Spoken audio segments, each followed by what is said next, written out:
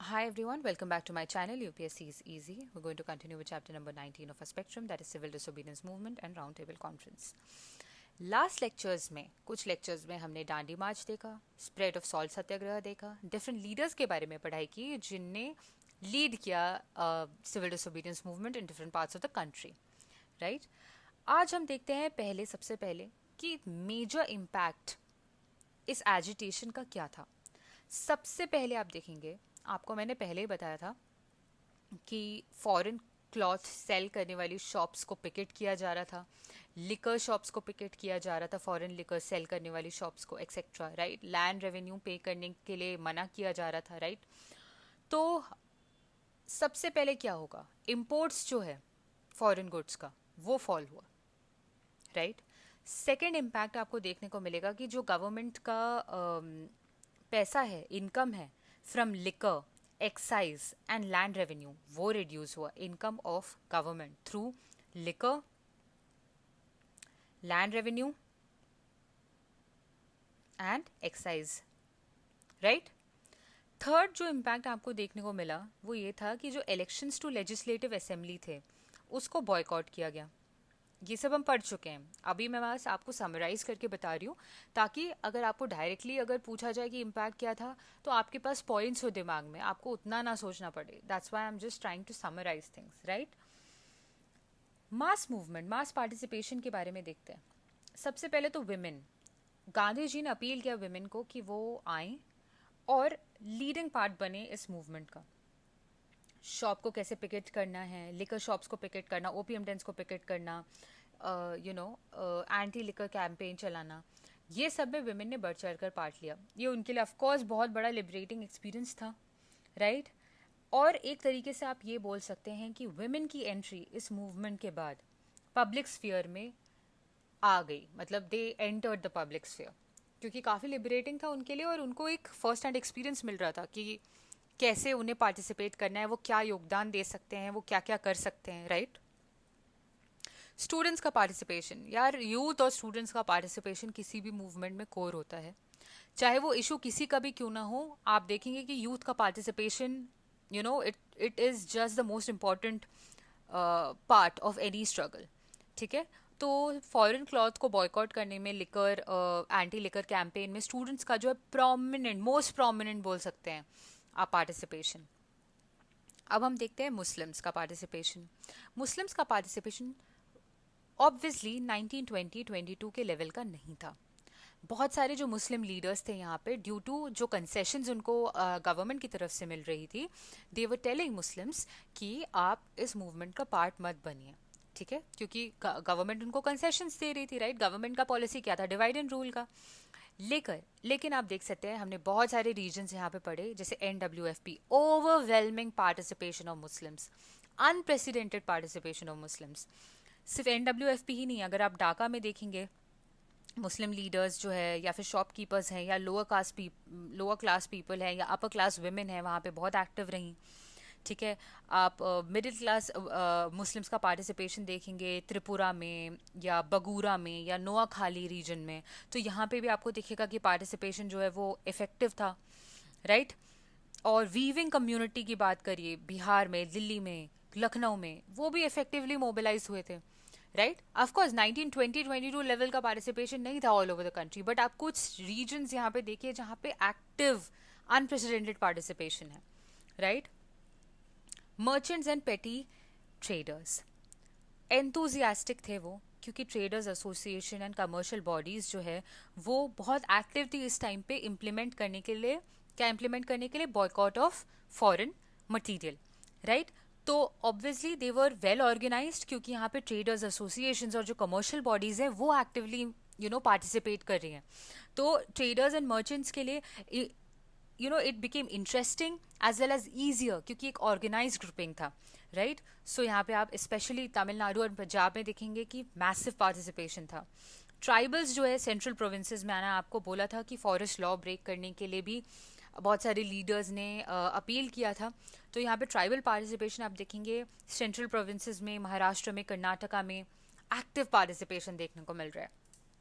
Pageants pageants का participation कब नहीं रहा है यार? पेजेंट्स का पार्टिसिपेशन हमेशा रहा है, हर स्ट्रगल में पेजेंट्स का पार्टिसिपेशन रहा है, राइट? तो आप यहाँ पे भी देखेंगे, like like every time now also their participation was huge, ठीक है? गवर्नमेंट का रिस्पॉन्स देखते हैं कि अब गवर्नमेंट का रिस्पॉन्स क्या था। गवर्नमेंट क्या चाह रही थी? ट्रूस चाह रही थी। अगर आपको मीनिंग नहीं पता है प्लीज सर्च, ठीक है? गवर्नमेंट को समझ ही नहीं आ रहा था, उनके एफर्ट्स थे कि ट्रूस पीरियड आए, ठीक है? उनको समझ ही नहीं आ रहा था, उनका वो परप्लेक्स थे, दे वो पजल्ड। उनका दो टाइप के उनको hot and cold kind of उनका रिएक्शन था, एम्बीवेलेंट था उनका काफ़ी रिएक्शन, ठीक है? क्योंकि समझ ही नहीं आ रहा था कि क्या किया जाए। यहाँ पे एक टर्म आपके स्पेक्ट्रम में दिया हुआ है, damned if you do and damned if you don't. Damned if you do and damned if you don't, मतलब गवर्नमेंट को लग रहा था कि यार अगर हम कुछ करेंगे तो प्रॉब्लम है, कुछ नहीं करेंगे तो और भी बड़ी प्रॉब्लम है। तो उनको समझ ही नहीं आ रहा था कि क्या करना चाहिए। अगर वो कोई एक्शन लेते तो कांग्रेस जो है वो चिल्लाती कि रिप्रेशन हो रहा है। अगर वो एक्शन नहीं लेते, कम एक्शन लेते, तो कांग्रेस चिल्लाती कि विक्ट्री हो गई। तो गवर्नमेंट यहाँ पे फंस चुकी थी। ब्रिटिश गवर्नमेंट को समझ ही नहीं आ रहा था कि यहाँ पे क्या करना है। समझ रहे हैं आप? तो सीडीएम के बाद, सिविल डिसोबीडियंस मूवमेंट के बाद, बहुत ही कंफ्यूज थी गवर्नमेंट कि ये यार अब क्या करना चाहिए, राइट? उनको तो समझ ही नहीं आ रहा था। उनके इम्पोर्ट्स डाउन हो रहे हैं, उनके रेवेन्यू कम हो रहा है, राइट? और पार्टिसिपेशन भी लोगों का ऑर्गेनाइज तरीके से हो रहा है, तो उन्हें समझ ही नहीं आ रहा था कि अब करना क्या है, ठीक है? तो ईदर वे अगर आप देखेंगे, चाहे वो एक्शन लें चाहे वो ना लें, अब उनकी पावर का इरोजन यहाँ पे होता हुआ नजर आ रहा है। गवर्नमेंट के हाथ से पावर निकलती हुई नजर आती है, क्योंकि मैंने आपको बोला damned if you do damned if you don't, right? Gandhi ji का जो अरेस्ट है वो भी काफ़ी सोच विचार के बाद आया। रिप्रेशन लेकिन जब लगने लगे लोगों पे, तो आप देखेंगे कि जैसे प्रेस को गैग किया गया यार। और क्या करती है ब्रिटिश गवर्नमेंट की? आप हिस्ट्री देखिए कंट्री में, अपनी कॉलोनीज में, तो प्रेस को गैग करना तो यार इट्स लाइक फर्स्ट स्टेप है उनका, राइट? तो बैनिंग सिविल लिबर्टीज, राइट? तो सब कुछ हुआ। CWC को जून में उन्होंने इलीगल घोषित कर दिया, कांग्रेस वर्किंग कमेटी को, राइट? साइमन की जब रिपोर्ट आती है, सबसे बड़ी बात यहाँ पे कोई मेंशन ही नहीं होता है डोमिनियन स्टेटस का, राइट? साइमन की जब रिपोर्ट आएगी तो उसमें कोई मेंशन ही नहीं है डोमिनियन स्टेटस का। तो ये एक रिग्रेसिव डॉक्यूमेंट थी, regressive document in multiple ways, ठीक है? साइमन कमीशन के बारे में हम डिटेल में पढ़ चुके हैं, आप उसका वीडियो देख सकते हैं। लेकिन ये एक रिग्रेसिव डॉक्यूमेंट था, तो ऑब्वियसली इवन जो मॉडरेट्स थे वो भी इससे अपसेट हो चुके थे, क्योंकि मॉडरेट्स का हम पॉलिटिक्स पढ़ चुके हैं, राइट? उनको लगता था कि हम कुछ करेंगे तो हम डिमांड्स करेंगे तो हमें वो डिमांड्स पूरी होंगी, वैसा कुछ हो नहीं रहा था, राइट? तो यहाँ पे जो मॉडरेट्स है वो भी सिवियरली डिसअपॉइंट हो गए थे गवर्नमेंट से। तो no mention of dominion status, right? जुलाई 1930 में क्या होता है? अर्विन हम पढ़ चुके हैं, अर्विन के बारे में हम पढ़ चुके हैं कि उन्होंने सजेस्ट किया आरटीसी, और उन्होंने मतलब राउंड टेबल कॉन्फ्रेंस, और उन्होंने बोला कि गोल जो है वो डोमिनियन स्टेटस का है। लेकिन कोई टाइम फ्रेम नहीं दिया कि डोमिनियन स्टेटस मिलेगा कब इंडिया को, ठीक है? बिना टाइम फ्री के बेसिकली कोई इन बातों का कोई सिर पैर नहीं था, बस हवा में बातें चल रही थी कि हाँ देंगे डोमिनियन स्टेटस, बट कब आएगा, कब, nobody was telling anything. Obviously इससे फ्रस्ट्रेशन बढ़ेगी। एक तो मॉडरेट्स जो सीजन्ड पॉलिटिकल लीडर्स हैं उनकी तो यहाँ पे फ्रस्ट्रेशन बढ़ ही रही है, बट आप यूथ के बारे में सोचिए जिन्हें अभी पेशेंस का उतना पता नहीं है, उनके लिए तो ये बहुत ही इट वाज ट्रिगरिंग, ठीक है? अगस्त 1930 में आप देखेंगे कि जो मोतीलाल नेहरू जी हैं और जवाहरलाल नेहरू जी हैं वो जाते हैं येरावड़ा जेल, किससे मिलने? वहाँ पे उस वक्त में गांधी जी थे, ठीक है, जेल में। तो उनसे मिलने जाते हैं।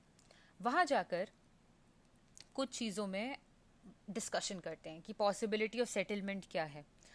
तो कुछ डिमांड्स जो नॉन नेगोशिएबल डिमांड्स हैं वहाँ पे डिस्कस करते हैं गांधी, मोतीलाल नेहरू एंड जवाहरलाल नेहरू। सबसे पहले ब्रिटेन से अलग होने की बात, ये सब डिमांड्स हैं जो अब इस पे मुड़ा नहीं जा सकता है, राइट? नेशनल गवर्नमेंट जो है और control over defence and finance पूरा तरीके से इंडिया में आने की बात, इंडियंस के हाथ में होनी चाहिए गवर्नमेंट, कंट्रोल होना चाहिए डिफेंस के ऊपर, फाइनेंस के ऊपर, पूरी तरीके से इंडियंस के पास, राइट? जो ब्रिटेन के फाइनेंशियल क्लेम्स हैं हमारी कंट्री में, ब्रिटेन ने बहुत सारे क्लेम्स किए थे क्योंकि उन्होंने कुछ चीज़ें टेक्नोलॉजी जिस तरीके की शुरू की थी, like railways, telegraph, what ever, right? उस टाइम पे वो जो भी लेकर आए थे, उसके लिए वो भी जो भी उनके फाइनेंशियल क्लेम्स थे कि उन्होंने कंट्री को कुछ तो भी दिया हुआ है, उसका जो सेटलमेंट है उसको करने के लिए इंडिपेंडेंट ट्रिब्यूनल जो है उसको सेटअप करने का भी एक आइडिया लाया गया कि एक तो ब्रिटेन से अलग होना है, दूसरा है कि नेशनल गवर्नमेंट बनानी है, कंट्रोल जो है डिफेंस का, फाइनेंस का पूरी तरीके से इंडियंस के पास होना चाहिए, और जो ट्रिब्यूनल है एक सेटअप करना पड़ेगा to settle Britain financial claims, right? आगे क्या होता है अर्विन पैक्ट के बारे में हम नेक्स्ट लेक्चर में देखेंगे, I think, because this is going to be a long video otherwise. Till then, all the best.